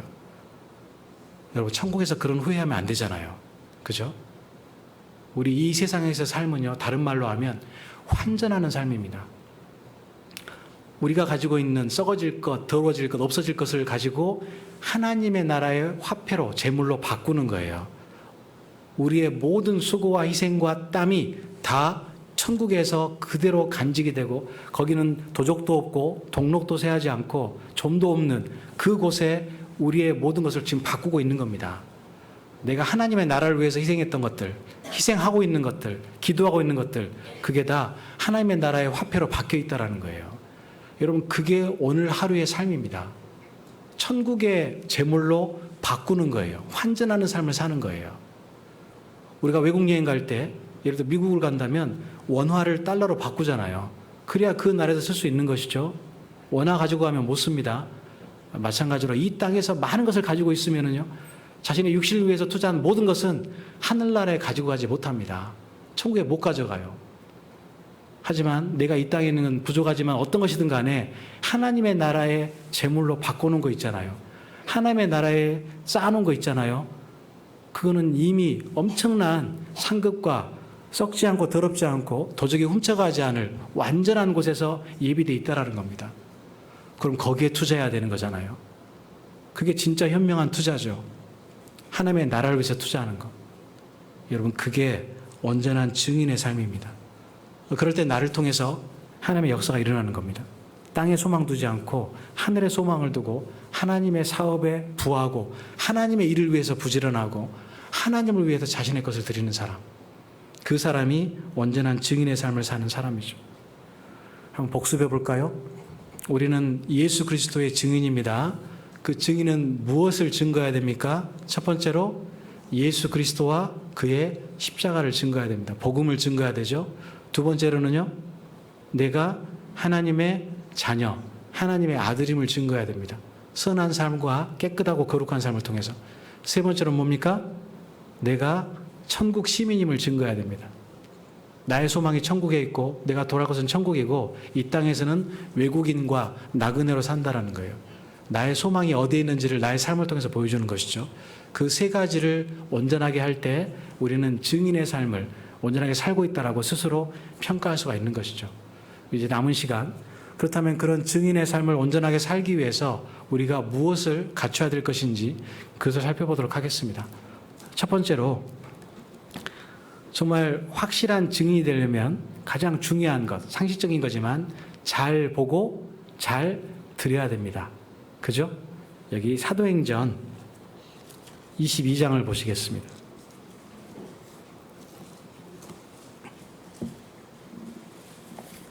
사도행전 22장 그 출입문 좀 닫아주시겠습니까? 죄송합니다. 출입문을 좀 닫아주시죠. 사도행전 22장 14절 15절 말씀입니다. 같이 읽으실까요? 그가 또 가로되 우리 조상들의 하나님이 너를 택하여 너로 하여금 자기 뜻을 알게 하시며 저 의인을 보게 하시고 그 입에서 나오는 음성을 듣게 하셨으니 네가 그를 위하여 모든 사람 앞에서 너의 보고 들은 것의 증인이 되리라. 네, 이게 이제 사도 바울이 자신의 회심한 이야기를 간증하는 건데, 그때 자신이 다메섹 도상에서 예수님을 만나서 눈이 멀었을 때 아나니아라는 제자를 보내주셔서 눈을 뜨게 하셨잖아요. 그때 아나니아가 했던 하나님의 말씀입니다. 내가 너로 나를 보게 하고 그리고 내 음성을 듣게 해서 나의 증인을 삼게 하겠다라는 말씀이에요. 특히 15절에 내가 그를 위하여 모든 사람 앞에서 너의 보고 들은 것에 증인이 되리라라고 말씀하셨죠. 네. 여러분, 잘 보고 잘 들어야 확실한 증인의 역할을 할 수가 있는 거예요. 예를 들어 저기 나주 시청 사거리에서 사고가 났어요. 그런데 그 사고를 목격했다고 하는 증인이 와서 이 재판에서 증언을 하는데 이렇게 증언을 하는 겁니다. 글쎄요, 제가 요즘 눈이 안 좋아져서 파란 차가 먼저 진입했는지 검은 차가 먼저 진입했는지 잘 못 봤습니다. 누군가 브레이크를 밟는 거 듣긴 들었는데 어떤 차가 먼저 진입했는지는 잘 못 봤습니다. 만약 이렇게 얘기한다면 어때요? 그 사람 제대로 증인의 역할을 하고 있는 거예요? 못하는 거예요? 못하는 거잖아요. 확실히 보고 들어야 증인의 역할을 하는 거잖아요. 우리도 마찬가지입니다. 예수 그리스도를 증거하려면 먼저 내가 확실히 예수 그리스도에 대한 말씀을 듣고 또 항상 예수 그리스도의 십자가를 바라보고 확실한 증거를 가지고 사는 삶을 살아야 되는 것이죠. 잘 보고 잘 들어야 됩니다. 그래서 우리에게 앞서 말씀드렸듯이 말씀을 주신 거예요.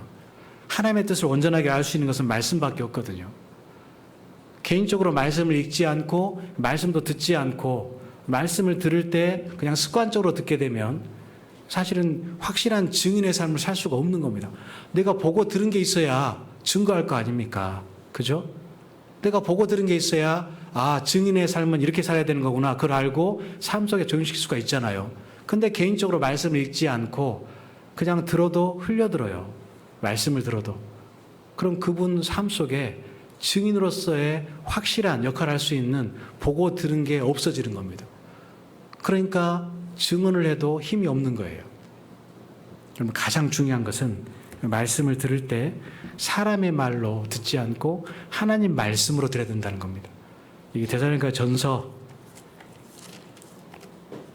2장을 보시겠습니다. 아마 잘 아시는 말씀일 텐데요.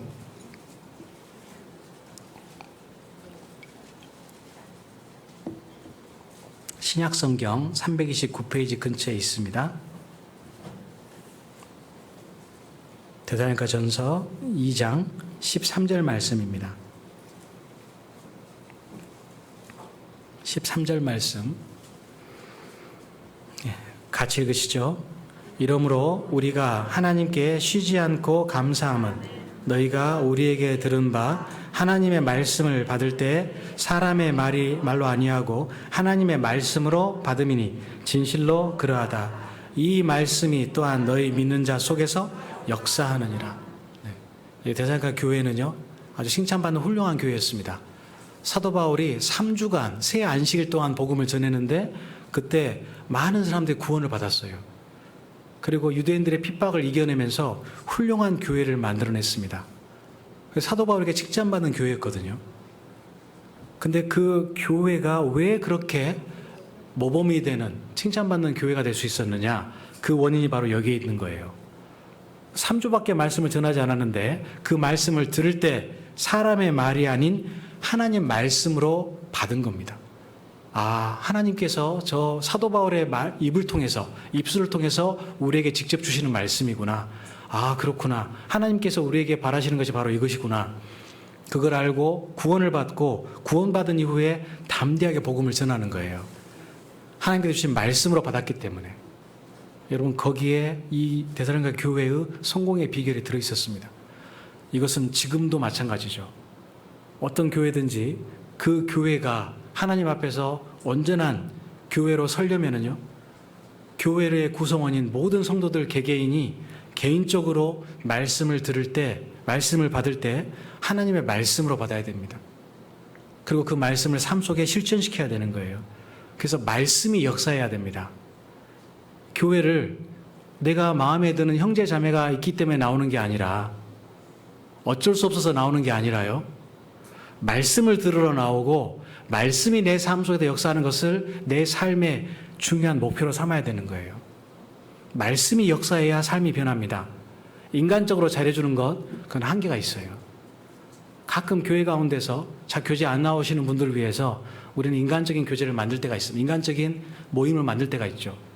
식사 초대도 하고 운동도 하고 그럴 때가 있습니다. 물론 그것도 좋죠. 나쁘다는 게 아닙니다. 근데 그것만으로는 한계가 있습니다. 그것만으로는 그분이 변하지 않아요. 그건 하나의 수단이 돼야 되고, 진짜 목적은 뭐예요? 그분 마음속에 말씀이 들어가야 되는 거예요. 그분 영혼 속에 하나님의 말씀이 박혀야 그게 역사할 수 있는 겁니다. 그래서 말씀이 없는 교제는 교제가 아닙니다. 수요 말씀 때 축구 교제 그런 말 하지 마라 그러시죠? 그 말씀이 없거든요. 예수 그리스도와 사귐이 없거든요. 그래서 그걸 교제라고 하지 말라는 겁니다. 식사 교제도 마찬가지로 식사 교제, 그 가운데 말씀이 있다면 교제겠지만 식사만을 하는 거라면 그건 교제가 아닙니다. 우리는 그걸 반드시 마음속에 새겨야 되는 거예요. 내 삶 속에서 가장 중요한 게 뭐냐? 말씀이라는 거예요. 그래서 말씀을 경청해야 됩니다. 여기 사용된 단어들을 보면 13절에 너희가 우리에게 들은 바라고 돼 있죠. 말씀을 들어요. 똑같이 듣습니다. 그런데 데살로니가 교회 사람들은 하나님의 말씀을 받을 때라고 돼 있죠. 여러분, 듣는 것과 받는 것은 다릅니다. 영어 성경에도 앞에 듣는 것을 receive라고 돼 있고요, 받는 것을 welcome이라고 돼 있는 성경들이 있습니다. 듣는 것은 단지 듣는 거예요. 감각적으로 귀를 통해서 그냥 그 소리가 들어오는 겁니다. 그런데 받는 것은 뭐냐면 그 말씀이 그냥 소리로 끝나는 게 아니라 내 마음속에 새겨지는 거예요. 그 삶 속에 적용시키는 겁니다. 삶으로 나타나는 거예요. 그것까지도 말씀하는 게 바로 받는다는 것이죠. 항상 말씀을 받아야 됩니다. 듣는 것으로 끝나는 게 아니라 삶 속에 적용시켜야 되는 거예요. 그럴 때 변화가 있습니다. 가끔 상담하다 보면은요, 어떤 분들은 하나님의 말씀을 알아요. 하나님의 말씀을 아는데도 불구하고 그 하나님의 말씀과 다른 선택을 하고 싶어서 상담을 올 때가 있습니다. 그런 분들은 대부분 이미 다 일을 저질러 놓고 올 때가 있어요.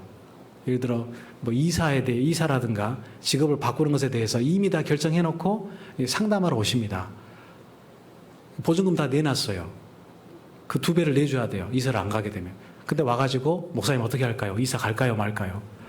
그렇게 말씀하세요. 아니, 당장 4천만 원 물어줘야 되는데 제가 이사 가지 말라고 하겠습니까? 다 정해놓고 왔는데. 근데 하나님 말씀은 그곳에는 교회가 없어요. 그 지역에는 교회 가기가 힘들어요. 근데 자녀들 교육 때문이라든가 다른 이유로 가는 겁니다.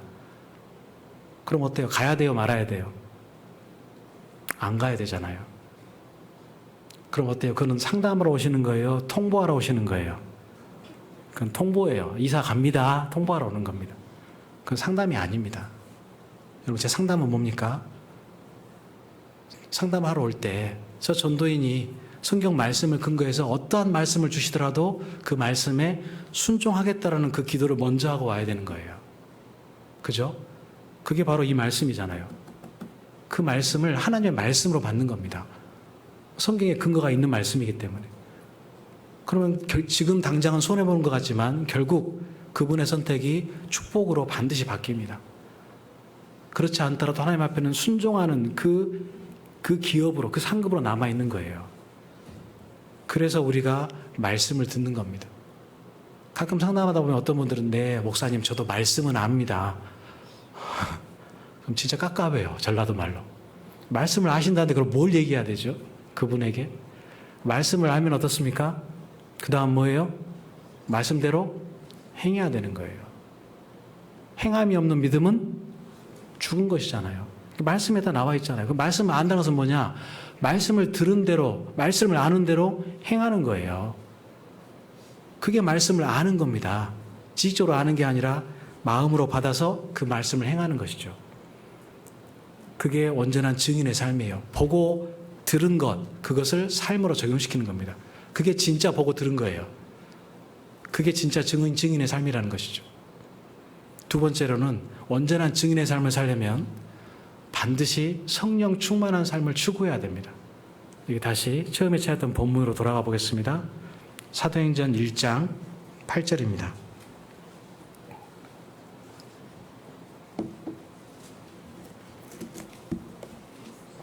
사도행전 1장 8절 말씀 같이 읽으시죠.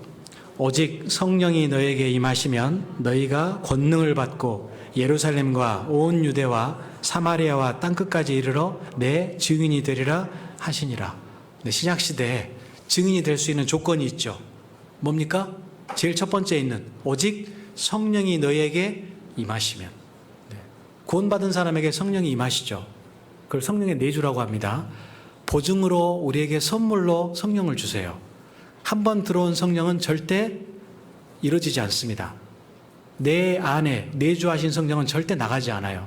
구약시대에는 하나님의 신이 그 사람에게 들어올 때도 있었고 나갈 때도 있었죠. 하나님의 필요에 따라서. 사울에게도 하나님의 신이 임할 때가 있었잖아요. 사울 왕에게도. 근데 나중에는 하나님의 신이 떠났거든요. 그죠?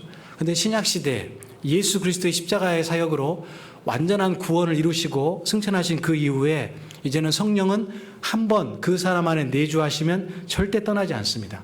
그 사람이 진짜 구원을 받았다면 성령은 절대 없어지지 않아요. 왜냐하면 그게 구원의 보증이거든요. 그런데 문제가 있습니다. 성령의 내주, 성령께서 내 안에 들어오신 것과 성령의 충만은 달라요. 구원을 받아서 성령은 받았지만 성령 충만한 삶을 살지 못하면 온전한 증인의 삶을 살지가 못합니다. 살 수가 없습니다. 왜냐하면 권능이 없거든요. 오직 성령이 너에게 임하시면 너희가 권능을 받고 라고 말씀하시잖아요. 성령이 들어와 있어도 충만한 삶을 살지 못하면 내가 증인의 삶을 살 수가 없다는 거예요. 온전한 증인의 삶을. 이 성령의 내주와 충만이 어떻게 다르냐면요. 제가 풍선의 예를 자주 듭니다. 여러분 문방구에서 우리가 풍선을 산다고 가정해 보시죠. 문방구에서 파는 풍선은요. 사실은 바람이 안 들어 있습니다. 그냥 이렇게 납작한 모양으로 팔거든요. 근데 그건 어때요? 그것도 풍선이에요? 아니에요? 그것도 풍선은 풍선이죠. 풍선 주세요 그러면 그거 주잖아요. 바람 빠진 풍선. 근데 그 풍선 어때요? 풍선은 풍선이지만 풍선의 역할을 할 수 있습니까? 없습니까? 없죠. 그걸로는 공놀이도 할 수 없고 장식도 할 수가 없습니다. 그럼 어떻게 해야 돼요? 풍선에 바람을 넣어야 되죠. 그 풍선에 바람이 들어가면 비로소 이런데 천장이라든가 벽에 달아서 장식으로 쓸 수 있고 공놀이도 할 수가 있습니다. 그게 바로 성령의 내주와 충만의 차이예요. 구원을 받았다고 확실히 믿고 있고 구원을 받았지만 그 안에 성령 충만이 없으면 바람 빠진 풍선처럼 힘이 없는 거예요. 쓸 수가 없는 겁니다. 성령 충만하지 않으면 증인의 삶을 살 수가 없는 거예요. 혹시라도 여기 계신 분 가운데 온전한 증인의 삶을 살지 못하는 분이 계시다면 내가 성령 충만한 삶을 살고 있는지 그렇지 않은지 그걸 살펴봐야 됩니다. 그 수요 말씀 때 항상 등장하는 가장 중요한 주제 중에 하나가 성령 충만을 받으라잖아요.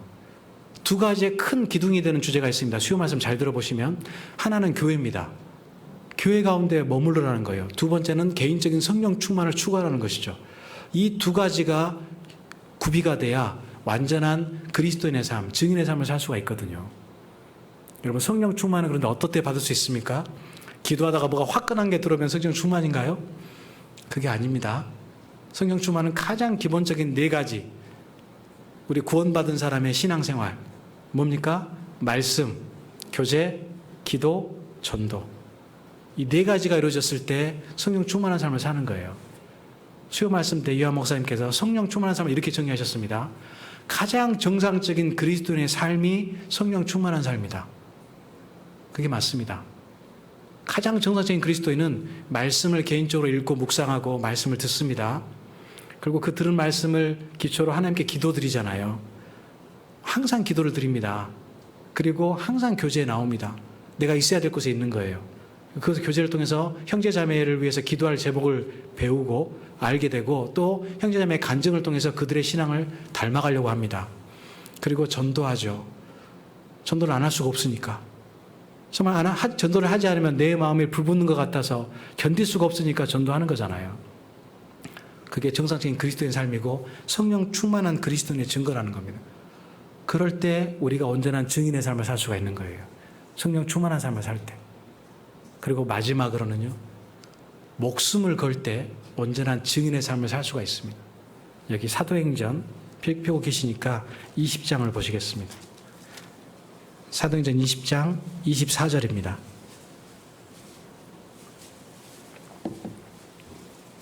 (24절) 말씀.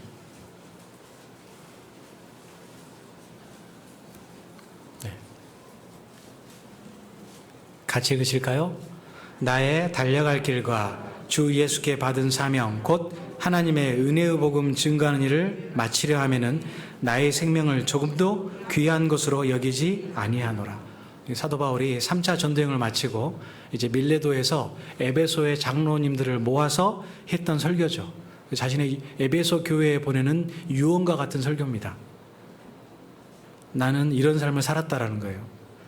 구원받은 이후 하나님께서 내게 정해주신 그 달려갈 길, 나의 길을 달려가고 또 내게 주신 그 사명, 증인으로서 예수 그리스도를 전하는 그 복음을 증거하는 일을 지금 마치려 한다. 즉 죽음이 나를 기다리고 있지만 나는 그 죽음을 두려워하지 않고 끝까지 그 달려갈 길을 마치고 내게 주신 사명을, 증인의 삶을 마치겠다라는 거예요. 그걸 위해서 필요한 게 나는 나의 생명도 귀한 것으로 여기지 않겠다라는 겁니다. 이 말씀은 잘 알고 계시죠? 네, 저희도 전도인이 되면은요, 말씀의 액자를 주시는데 그 액자 속에 이 말씀이 새겨져 있습니다. 항상 이 말씀을 마음에 새기면서 이렇게 살려고 노력을 합니다. 잘 안 될 때도 있지만 삶의 태도를 이렇게 가지려고 노력을 합니다. 이거는 근데 전도인에게 뿐만 아니죠. 우리 모든 그리스도인에게 하나님께서 요구하시는 거예요. 여러분, 그런데 우리가 복음을 전하다가 사실은 죽을 일은 없습니다. 그죠? 우리나라에서 복음을 전하다가 순교를 당하는 사람 지금 없잖아요. 우리가 이슬람을 믿는 그런 나라도 아니지 않습니까? 알라를 믿는 나라도 아니잖아요. 예수 그리스도를 전하면 너 죽인다 그런 것도 없잖아요. 너 가둔다 그러지도 않잖아요. 사실은 우리는 목숨을 걸 필요는 없는 나라에 살고 있어요. 그런데 그런 각오로 전하라는 겁니다. 그런 각오로. 그러면 절대 죽지 않는다는 거예요. 사도 바울은 그런 각오로 말씀을 전했습니다. 특별히 우리가 우리의 목숨을 내놓지는 않지만 우리가 반드시 죽여야 될 게 있어요. 아까도 말씀드렸지만 우리의 옛 본성과 습관적인 죄입니다. 갈라디아서 2장 20절 말씀 잘 아시죠? 내가 그리스도와 함께 십자가에 못 박혔나니 그런 적 이제 내가 사는 것이 아니요 오직 내 안에 그리스도께서 사신 것이라. 이제 내 육체 가운데 사는 것은 나를 사랑하사 나를 위하여 자기 목숨을 버리신 하나님의 아들을 믿는 믿음 안에서 사는 것이니라. 죽는다는 게 그겁니다. 내가 진짜 목숨을 내놓는다는 그런 의미도 있겠지만 부차적으로는 내 삶 속에서 나의 육신을 계속 십자가에 못 박는 거예요. 나의 본성을 십자가에 못 박는 겁니다. 십자가에 못 박는 게 죽는 거잖아요. 그래서 사도 바울은 고린도서 15장에서 나는 날마다 죽노라 그랬죠. 날마다 자신을 죽이는 거예요. 여러분, 그건 한 번 한다고 해서 이루어지는 게 아닙니다. 우리의 죄성은 사라지지 않거든요. 그 날마다 십자가에 못 박는 나의 죄성과 하나님께 합당치 못한 것들을 그 십자가에 못 박는 삶을 사는 거예요. 그래서 예수 그리스도의 사람은 그 정과 욕심을 십자가에 못 박는다고 갈라디아서 6장에서 말씀하시죠. 그게 죽는 겁니다. 그런 삶을 살 때 내가 죽고 그리스도가 들으라는 거예요. 내가 죽고 내 안에 그리스도의 향기가 퍼지는 겁니다. 그럴 때 우리는 온전한 증인의 삶을 살 수가 있는 것이죠. 여러분, 마지막으로 내가 증인의 삶을 살지 못할 때, 아까도 말씀드렸지만 하나님 앞에 섰을 때 분명히 책망과 부끄러움을 받게 됩니다. 왜냐하면 하나님 말씀에서도요, 증인의 삶을 온전히 살지 못하는 사람을 책망하는 말씀이 있거든요. 여기 레위기, 죄송합니다, 안 찾으려고 그랬는데 중요한 말씀이니까 레위기 5장을 보시겠습니다. 레위기 5장 1절 말씀입니다.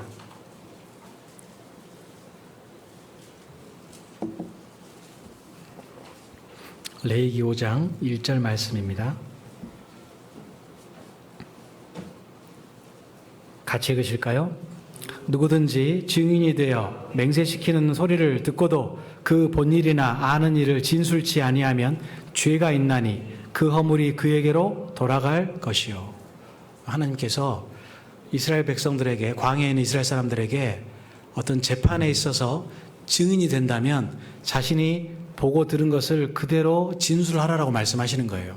그걸 진술하지 아니하면, 내가 진술함으로써 다른 사람이 불이익을 받는데 그 사람이 나와 개인적인 친분이 있다든가 그런 사람이기 때문에 내가 진술을 하지 않으면 그건 죄가 있다라는 거예요.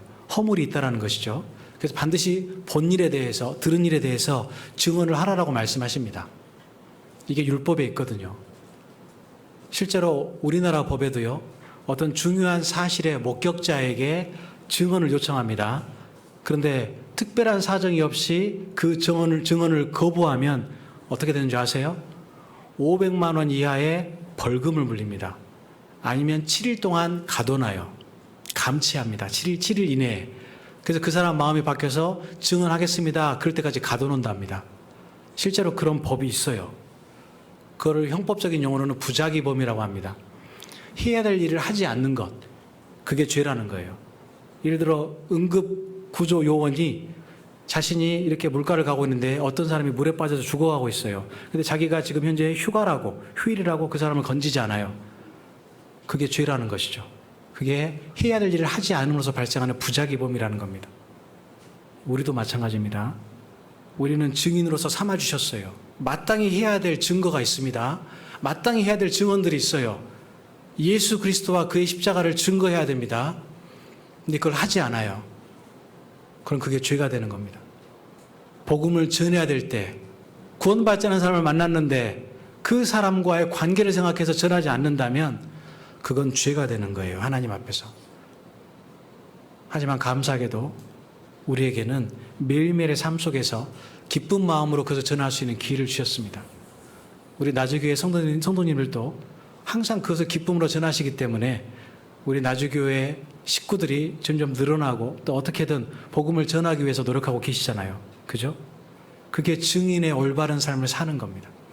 그 증인의 올바른 삶을 살 때, 우리 하나님 앞에 섰을 때 정말 큰 영광과 칭찬과 상급을 받을 겁니다. 우리가 반드시 기억해야 될 게 있습니다.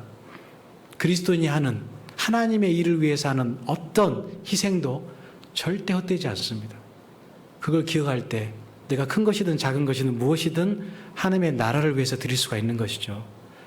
마지막으로 고린도전서 15장 58절 말씀 보시겠습니다.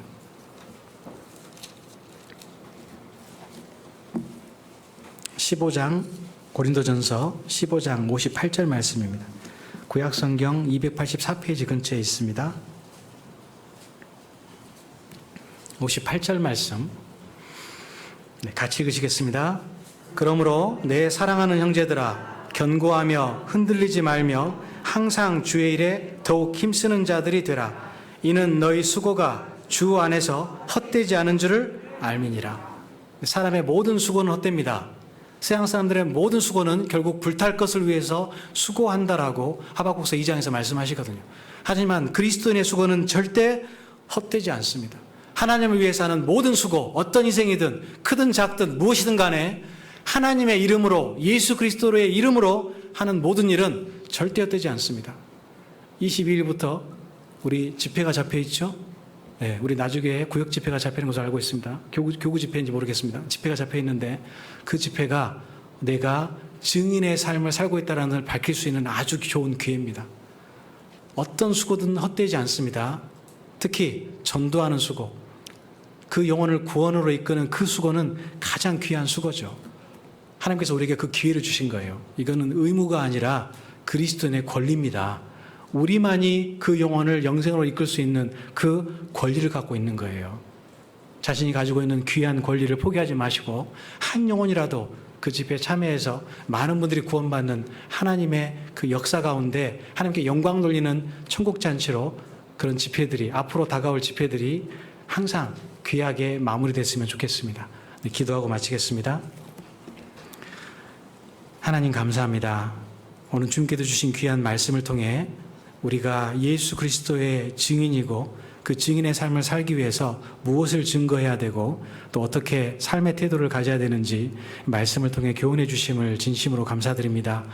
고개 숙인 우리 나주교회 형제자매님들 각각의 사정을 잘 아시오매 때마다 일마다 돕내로 함께해 주시고 무엇보다 지금 현재 고난과 어려움을 극복할 수 있는 귀한 믿음을 주셔서 어떤 일을 하든지 항상 하나님께 영광 돌리고 또 그의 나라와 그의 의를 구하는 일을 먼저 할 수 있도록 도와주셔서 우리 형제자매님들의 헌신을 바탕으로 우리 나주교회가 더욱더 성장하고 구원받는 수가 날마다 더해지는 귀한 축복이 함께할 수 있도록 동행해 주시며 능력 베풀어 주시기를 부탁드립니다. 또 수양에 참여하고 계시는 우리 변종민 담임 목사님 상담하는 그 입술과 또 능력에도 함께해 주셔서 담대하게 많은 영혼들에게 하나님의 사랑을 증거하고 돌아오실 수 있도록 함께해 주시길 부탁드립니다. 이후에 계획되어 있는 모든 일정 가운데서도 온전히 주님의 영광만이 드러나길 바라며 우리를 사랑하시는 예수님 이름으로 감사하며 기도드립니다. 아멘.